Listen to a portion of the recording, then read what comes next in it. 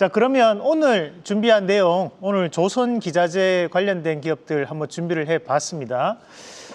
이 조선기자재 같은 경우에는 이제 조선업황이 확대되면서 같이 확대될 수 있는 쪽이 바로 이 조선기자재라고 봐야 될 것 같은데, 사실 최근에 시장의 분위기 보면 정책적인 이슈로 인해 가지고 종목군들에 대한 급등이 상당 부분 나타났었고, 조선 같은 경우에 조금은 떨어져 있는 그런 양상들을 보였었거든요. 그럼에도 불구하고 이 조선 관련된 부분 자체는 큰 흐름이 현재 이루어지고 있는 과정이라고 저는 판단을 하고 있기 때문에 추세적 상승 구간을 좀 더 나타낼 것이다. 그리고 거기에서 중소형으로 구성되어 있는 이런 조선 기자재 같은 경우에 반드시 눈여겨봐야 되는 부분으로 오늘 한번 같이 공부해 보도록 하겠습니다.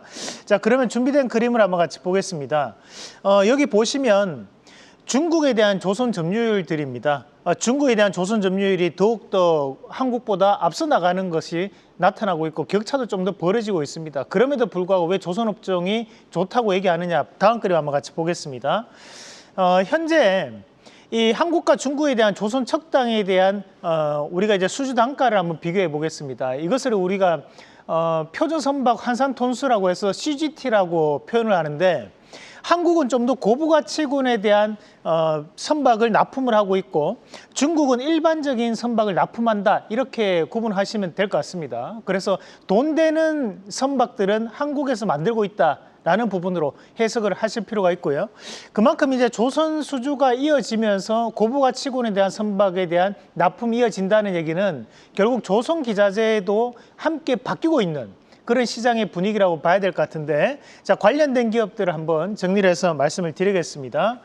자, 관련된 기업들을 보면 여러분들이 아시는 종목군들, 뭐 삼성중공업이나 HD현대그룹주들은 제외하고 오늘 이 조선기자재에 대한 측면으로 말씀을 드리겠는데, 우선 이제 KSP라는 기업이 있습니다. KSP라는 기업은 선박용 엔진 부품을 만들어내고 있는 기업입니다. 그럼 납품이 뭐 하나엔진이나 HD현대마린엔진 쪽으로 납품이 된다, 이렇게 보시면 되겠고요.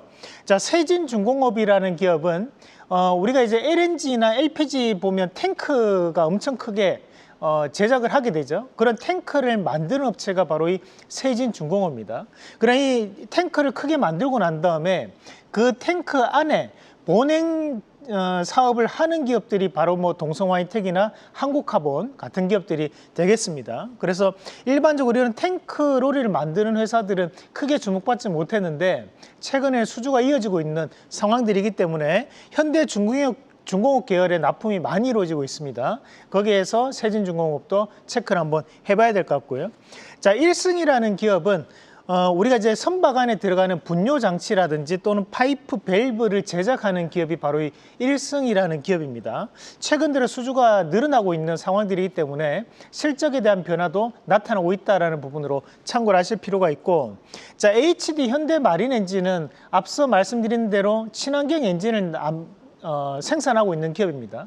이 친환경 엔진이라고 하면 우리가 암모니아를 원료로 쓴다든지 이런 이제 LNG를 원료로 쓰는 이런 배들을 얘기하는 거고, 거기에 따른 이제 엔진을 만들고 있는 기업이기 때문에 우리가 CGT가 높은 측에 속합니다. 그래서 이런 HD 현대마린 엔진에 대한 부분도 꾸준한 신고가에 대한 움직임을 보일 수 있다는 것도 참고를 하실 필요가 있고, 자, 한라 IMS라는 기업은 우리가 이제 선박이 떠 있으려면 이렇게 수평으로 떠 있어야 되는데 이렇게 기울어지면 안 되죠. 그래 이렇게 수평으로 떠올 수 있게끔 만들어주는 역할을 하는 것을 바로 이 한라 IMS라는 기업이 만들고 있습니다.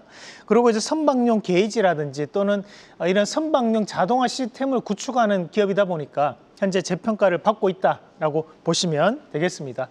자, 먼저 오늘 토픽을 보기에 앞서 가지고 지난 시간에 했던 종목 두 가지 체크하고 넘어가겠습니다. 우선은 재룡전기 5월 11일 날 말씀드리고 난 다음에 오늘 급등 양상이 좀 나타나고 있는데요. 뭐 오늘까지 19.5% 약 20% 가까이 올라오는 모습들입니다. 현재는 이런 낙폭과대 종목군들이 재평가를 꾸준하게 받고 있는 상황들이기 때문에 우리가 이런 재룡전기도 전력설비 관련된 기업들 안에서는 좀 더 추가적인 상승 여력이 상대적으로 높다라고 보고 좀 더 수익을 극대화하는 전략으로 말씀을 드리고요. 자, 그리고 6월 2일 날 우리가 이제 저PBR 주를 소개해 드리면서 지주사 안에서도 삼성물산에 대한 부분을 강조를 해 드렸습니다. 이 삼성물산이 오늘도 기술력으로 다시 한 번 더 신고가에 대한 도전을 이루어내고 있는 과정들인데, 사실 이런 삼성물산 같은 기업들은 대형주기 때문에 빠르게 움직이지는 않습니다. 다만 여러분들에 대한 계좌를 꾸준하게 수익 증진으로 책임질 수 있는 기업이라고 저는 판단을 하고 있습니다. 그만큼 좀 더 중장기적으로 최소 3개월 이상을 보신다면 증시 활성화에 대해서 가장 특별한 종목이 될 수 있는 게 바로 저는 삼성물산을 보거든요. 그래서 삼성물산에 대한 관심을 꾸준하게 한번 가져가 보시는 전략으로 말씀을 드리겠습니다. 자, 그럼 앞서 말씀드린 대로 조선기자재 관련된 부분에서 우리가 공략해 볼 수 있는 탑픽 종목, 오늘 이 종목을 한번 준비를 해봤습니다. 이 KSP라는 기업입니다. 이 KSP라는 기업은 조선에 들어가는 배기밸브에 대한 스핀을 생산하는 기업인데, 이 배기밸브 스핀이라는 것이 이제 엔진에 포함되는 부품이라고 보시면 되고요. 그래서 엔진 관련된 부품 생산에 따라서 현재는 이제 재평가를 받고 있는 기업이죠.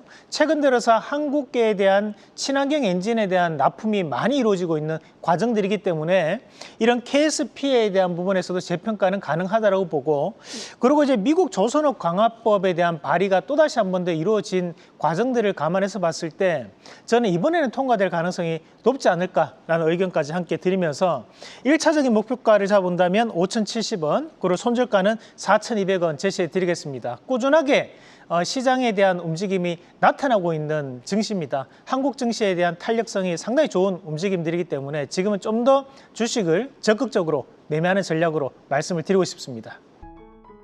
계속해서 다양한 경제 이슈를 알고 싶다면 구독과 좋아요, 알림 설정 부탁드립니다.